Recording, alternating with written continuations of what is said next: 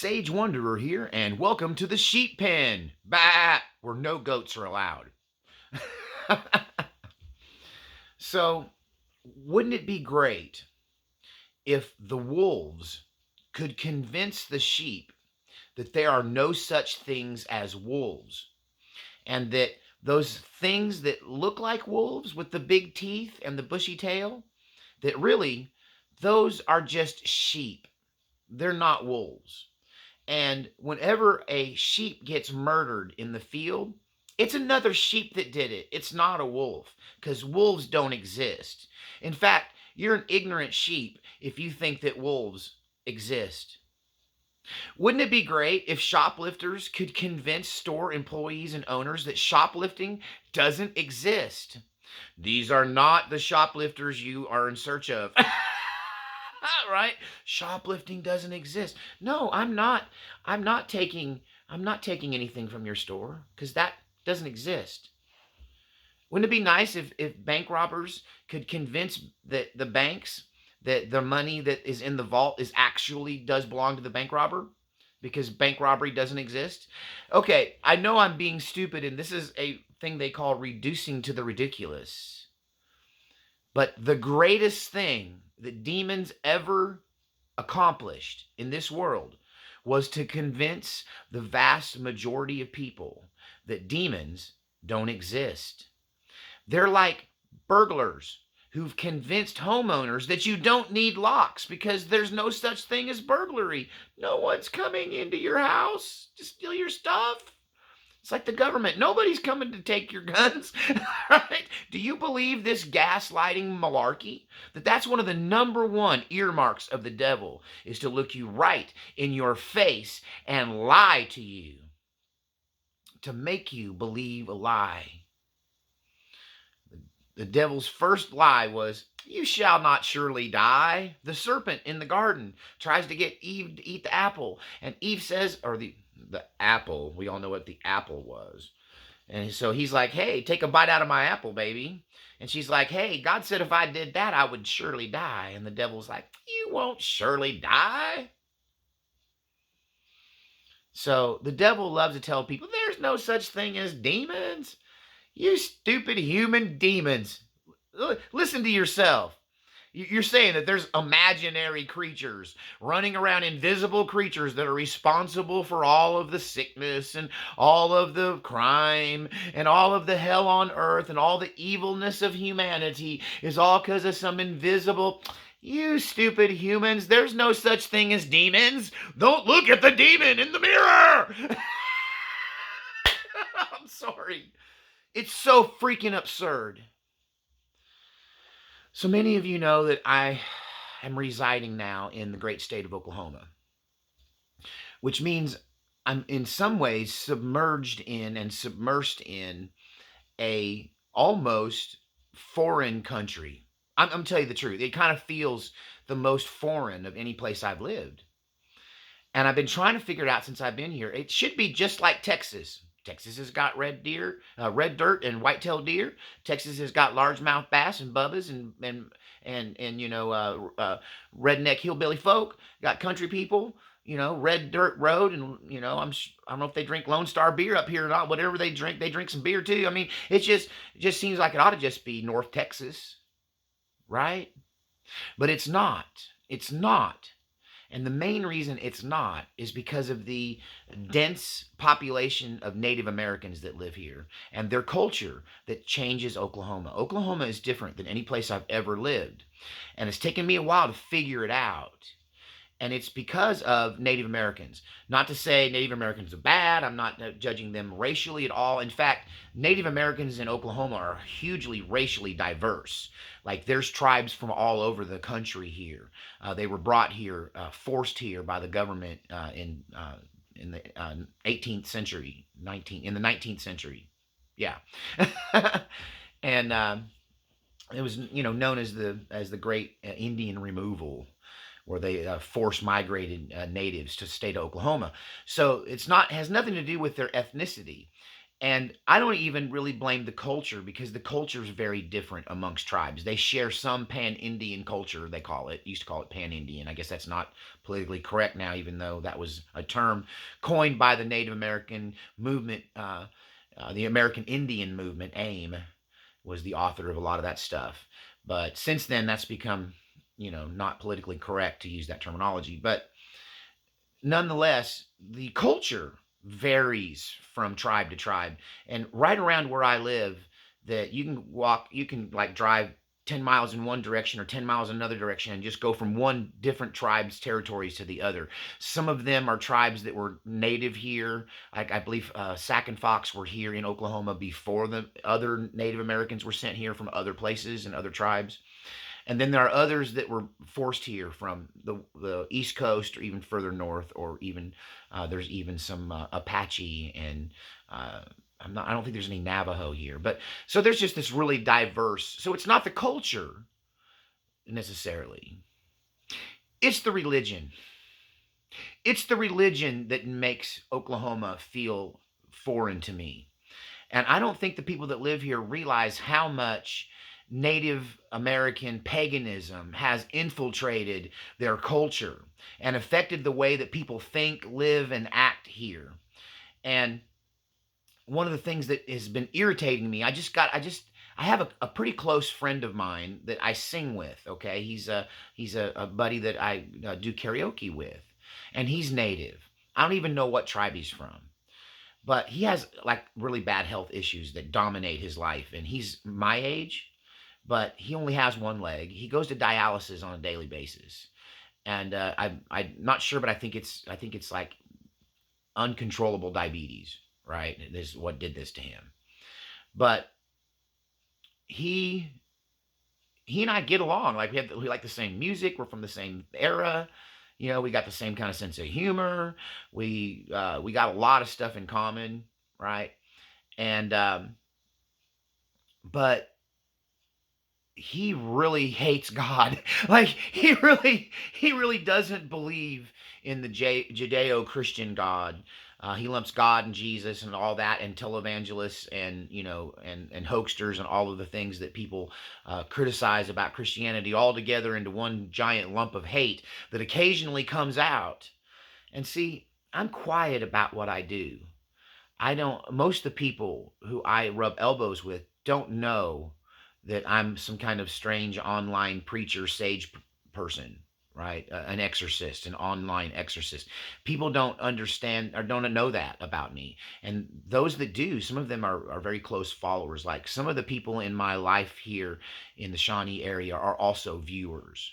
Right, they're gonna know who I'm talking about, and I don't really care because he and I just had it out publicly on Facebook, me and this Native American friend of mine, because I can deal with people who don't believe in God. I think atheists, most people who have a spiritual hair on their head, if there's any part of them that's spiritual at all, rolls their eyes at atheists, because we know that the chances of this ecosystem emerging out of some kind of random swirling of atoms is freaking redonkulous. It's just so ridiculous and idiotic that it is beyond understanding. And that scientists who are in the know will tell you the more they learn about science, the more they learn about nature and this creation, the more they are convinced that this has to be the product of intelligent design, that some entity of intelligence that dwarfs ours created all of this, created this perfect spot in space and time for this earth to exist, the perfect place for climate and temperature to be favorable to life, the right amount of mixture of air and water and earth, the way that every ecosystem is intertwined, the way that nature is math. I mean, if you look into it, that when mathematicians have proved to me that God is real, and proved to me intelligent design and a created world, because the math is behind it. Look into the mathematics and nature and find out that nature is all tied together in a big mathematic sequence, to the point where if I was to believe anything out there and weird, apart from normal Christianity, I might believe that the whole thing is some kind of matrix, some kind of, we're living in a simulation, because the math is so precise that the whole thing looks like a computer generated image, right? Which I'll cover in another video. I don't know how God did it, but God did it. So atheists don't disturb me. I kind of roll my eyes and go, okay, so you're mad at God. But this friend of mine is going around telling people that the devil isn't real. That he don't believe in the devil. He ain't scared of the devil. He don't believe in the devil. You're a stupid idiot if you believe in the devil. This is my Native American friend, and his pagan Native American religion, as he practices it, kind of pays a little homage to the idea of some kind of power of good in the world, but says there's no evil, and all evil just comes from the evil heart of men, which doesn't even jibe with what I know about most native religions. They tend to believe in evil spirits, jinn type demons in the world. But this guy doesn't at all, right? And he was mocking us and he mocks preachers a lot, and and it's okay, they're easy targets. And you know what, how I feel about church and preachers. I'm the anti-church and the anti-preacher, right?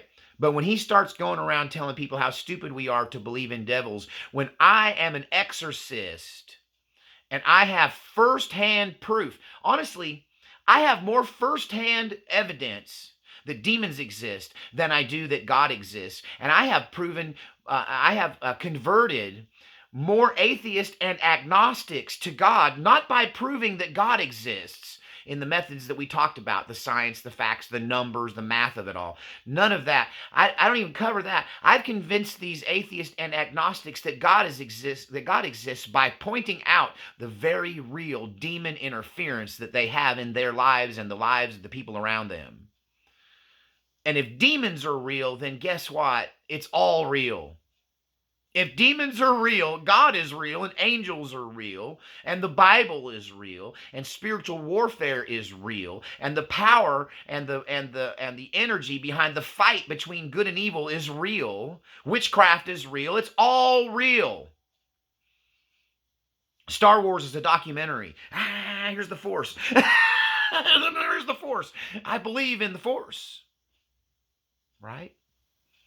I believe that there's a spiritual war between those of us who are wizards of the God Almighty, right? Preachers, whatever you want to call them, prophets, whatever you want to label them, us workers of light, us destroyers of darkness, us sons of God who are arising for this end time battle.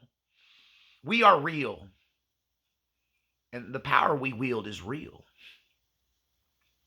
Because demons are real, and the havoc and destruction that they wreak in your life is real. And to my one-legged friend riddled with health problems, I would say that demons love that you don't believe in them. And they love that they can just come attack your health without any obstacles. There's nothing standing between them and you're destroying your health. They can feast on you because you don't believe in them. You're a sheep that's been convinced that brown, furry, toothy animal over there is not a wolf. It's just another sheep. And the death of all these other sheep around you and the bite on your leg is a dang coincidence. That you literally believe that the demons that don't feast on you, that are feasting on you, don't exist. You believe the demons that are eating you alive don't exist. Man, the devil's done a number on you. So what's the rock-solid, ironclad proof that I have to believe that demons are real, and therefore, if that's real, it's all real? As an exorcist, I've spoken to these slimy, nasty things.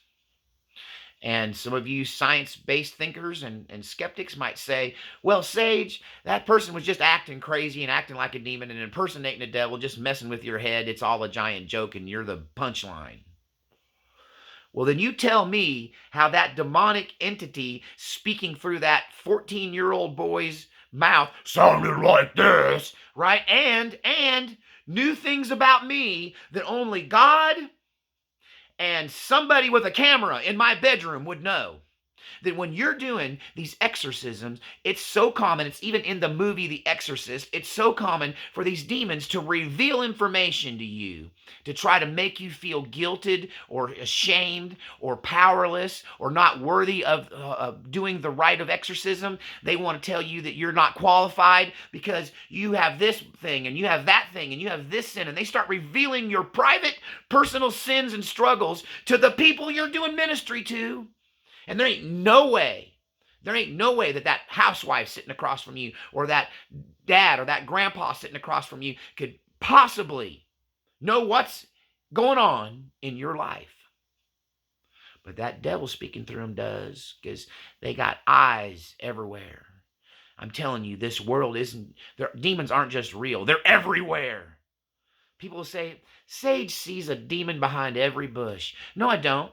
I see a demon behind every bush, every shrub, every tree, every car, every corner, every house, every door. They're everywhere. That's why I got to walk around in this bubble of protection, this ring of fire and hedge of thorns of protection. Because they're everywhere. To not believe in demons is self-destructive. And I got to tell you that I'm not sure what's a bigger struggle living in Oklahoma religiously for me. I don't know if it's dealing with the Bible-thumping, brain-dead, uneducated Christians who believe in such a base form of law-based Christianity that they can't imagine anything else. And they are aggressively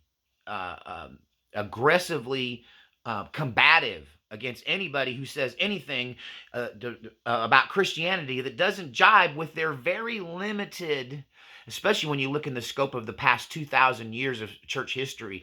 The evangelical Baptist type churches in Oklahoma are just a tiny little blip in the puddle, in the ocean. They're a drop in the ocean of Christian doctrine, not only as it's practiced in the world today, but historically. That the Baptist ideology is fairly new and not based in a whole lot of historical, it's not formed on the bedrock of the best doctrines, right?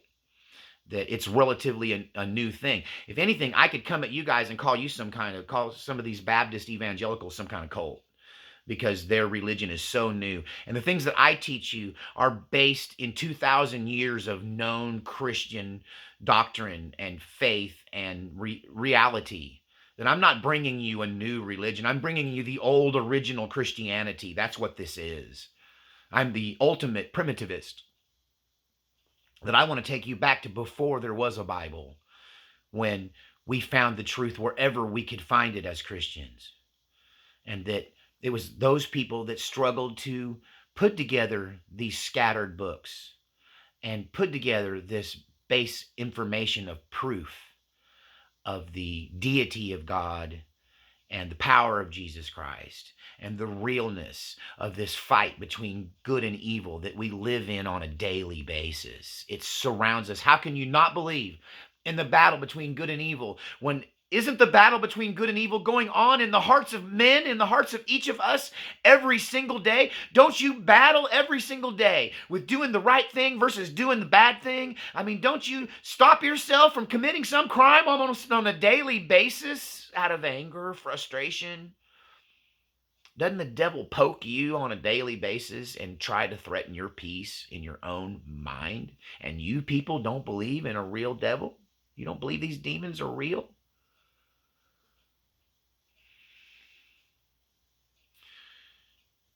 Demons are real. I've looked them in the eye. I've spoken to them face to face. They have accused me of things that are based in the truth. They knew my secret struggles, tried to use it to undo me. That makes them real in my book, and no one will ever shake me of that. And I got to tell you, I've convinced more people that God is real by showing them that the devil's real. Because if there really is a supernatural army of demons running around in this world in an invisible realm in this fifth dimension, trying to manipulate, control, and otherwise just screw up everybody, if there is a race of off-world entities who get energy, joy, and power from destroying your life, from your pain, from your struggling, from your hatred, that it's their desire to make you kill each other, that's what would really make them happy. If he could just convince us all to kill each other, that's what really make these demons happy. That's real. So if that's real, then there has to be an angelic army that stands against them, that prevents them from just making it happen. There has to be a force to counter the force of evil. It's hard to convince some people of God because God is so everywhere that he appears almost invisible, that you have to get a microscope out to find God. You have to get a calculator, an algebraic calculator out and start doing some mathematical equations to prove God. It takes a certain level of intellect to prove God. It's why doctors, scientists, I've convinced numerous ones a couple of times over the internet even to give their lives to Jesus. Scientists, because I can explain to you and prove to you, if you have the intellectual capacity and the education to understand it, I can convince you that God is real through math and science. Math, science, history, archaeology, not paleontology, but what's the one where you study humans? Anthropology. All of this proves God. It's in the science. Trust the science. Trust that God is in the science. He invented it, right? Science, mathematics, all of this is just evidence of God, in my opinion. They use it to try to disprove God, which is so foolish. It just proves God. The deeper you get into it, the more it proves God. But proving that Satan exists, that demons exist, is much easier because they are so much more actively, combatively, foolishly, openly in warfare against the human race. That nothing worse than a demonically inspired, gaslighting, lying human being trying to screw up your stuff. And that's one of the earmarks of the demonic, whether it's coming out of a human's mouth or a serpent in the garden. You shall not surely die. There's no such thing as a devil. There's no such thing as evil. You don't need a savior. Saving you from what? I need a real life savior to save me from a real life devil. That's what I'm getting saved from. I'm not getting saved from sin. I'm not getting saved from hell. I'm not getting saved from God's wrath. I worship Jesus Christ and embrace his power because I need a defender against a real life devil. My Savior's saving me from demons. He's saving me from the devil's destruction. He's saving me from being feasted on by these otherworld, off-planet, fifth-dimensional, interdimensional, demonic vampires that coexist in this world with us. And I know they're real because they've spoken to me. And the last one I tangled with gave me some information that I find quite interesting because their arrogance is always the thing that gives them away. The last demon that I had a real conversation with told me, look out, man, because we're coming. We're coming. We're here. This ain't like before. We're here. We're physically here now. And we're here to worship. And you know what happens when we worship. And I said to that, what does that mean? He goes, you know what that means. Blood. Sacrifice. We are entering into a new dark age. It's why God has called me forth. It's why exorcists, even retired ones, even amateur ones, even people who just have a predetermined natural knack for spiritual warfare are being pulled up into service. Because this is not like the past. These demons are here in a more physical way. Whether a portal's been opened up to another dimension, or whether they're inhabitants of the planet Nibiru that is closer now, and Nibiru is close enough for them to interact in a more real way. There might be a time when physical demons, winged serpent demons, lizard people, right? Reptilians might actually walk down the street in broad daylight. That we're entering into a time of spiritual warfare like the world has not seen since ancient days. If you're alive and listening to this message today, you've been called up to the battle. If you're alive and listening to this today, you were incarnated into this body to be an end-time warrior, to be a participant in this final fight between good and evil. Does evil exist? Hell yeah! And it's on my ass, and it's after me every day. But those devils are under my foot because the God I serve is more powerful. And what we have more than what people don't realize, what we have that trumps these demons all the time is we have the authority of this planet belonging to us. We're the rightful owners. The law is on our side. God's law is on our side. These demons are trespassers. They do not get to be here. They are not supposed to be here. They're only here because you are letting them. And you people that don't believe in them are the ones who are giving them the right to act in our world. So I don't get upset when somebody says they don't believe in God. I just roll my eyes and go, well, they're angry or they're ignorant. They don't have the faith or the mental capacity to imagine God. And oftentimes I can convince people that don't believe in God pretty quick. Because I convince them that the devil is real. Right? You don't have to be a super smart person to see that wolf. You know instinctually that wolves are predators. A sheep instinctually can smell a wolf a mile away, whether he's never seen one, never heard of a wolf. Maybe wolves got reintroduced in the area where this sheep lives, and there's been 25 generations of sheep since the last time a wolf roamed in their area. But you let a wolf loose and that sheep gets wind of it, he knows a threat when he sees it.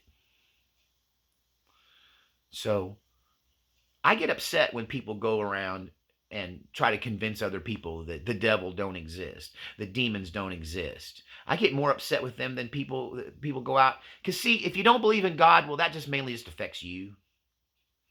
But if you don't believe in demons, it's dangerous.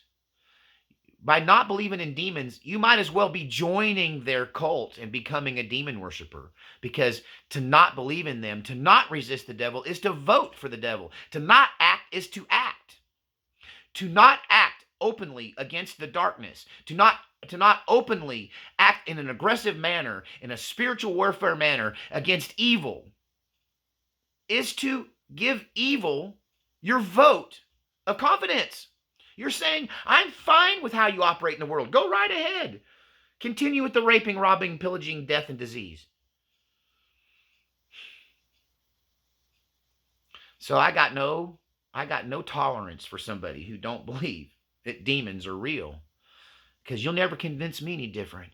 Because I've stood toe to toe, looked past the human to the demon who was occupying their body. And I've spoken to these ancient entities. And they do know stuff that humans can't know.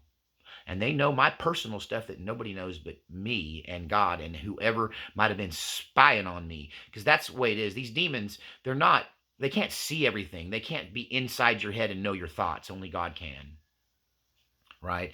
But they watch you. Remember, the old original ones were called the Watchers. The ones that became the fallen angels. Took the daughters of men, the Enoch story. The pre-flood, the first incursion of these evil entities from another dimension or another planet that have come here. And they've been watching us, and they watch you. And they know you. And they know your secrets. Like there's a camera in your bedroom that these demons are tuned into. Okay? I mean, this is why the surveillance state is so demonic. They want that power in an electronic way. Those humans want an electronic camera in your bedroom. They want to turn on this phone and watch you sleep because that's what demons do. They want to absorb every bit of information they can about you because you are the enemy and they want to destroy you. They're studying us. So I know these demons are real because they've proven themselves to me. And I know God is real because I've talked to you about his miracles. And once again, the proof of God is in the math. There's no way all this stuff happened by accident. It's just mathematically impossible. It's mathematically, statistically impossible for the Big Bang Theory and evolution to explain our current uh, ecosphere, our current world that we live in. Just the placement of the moon alone proves God's existence to anybody who's scientifically minded and open minded and not just automatically opposed to the idea of God. In other words, people who aren't under the control of the devil can use math and science to prove God and see God. I see God in a lot of things. But I also see this devil who's way more openly active. The devil is way more, he's not even camouflaging anymore. He's not even trying to hide. He's telling you he doesn't exist while he's picking your pocket. While he's raping, robbing, and pillaging you, he's gaslighting you, saying, "Oh, I am not the devil you seek. Devils don't exist." Not only do they exist, they're responsible for everything in this world. And the only sin you've committed is to agree with and act in concert with these off-world invaders, that you've believed their bullshit and you have bought their lies and you have bought onto the gaslighting and you have decided to work in concert with them. And that is why our world is messed up, and that is the only reason why our world is messed up. God has not forsaken us. We have walked away from our duties as defenders of this planet. That we have allowed our connection to God to atrophy in such a way that it allows the devils to just operate freely in our world. And quite frankly, I'm sick and tired of it. And I want you people to stand up to the demons in your own mind, in your own life, in your own family, in your own community, in your own culture, in your own world, and you call them out. I see you, you evil stinking demon, and no, I don't agree with you, and I am not buying your line of BS. Not today, Satan.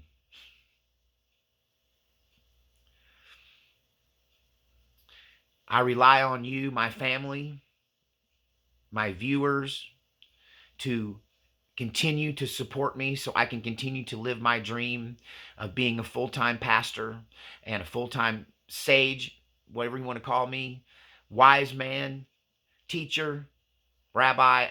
It's all the same word. They all mean the same thing if you do the word study. It just means I know some stuff.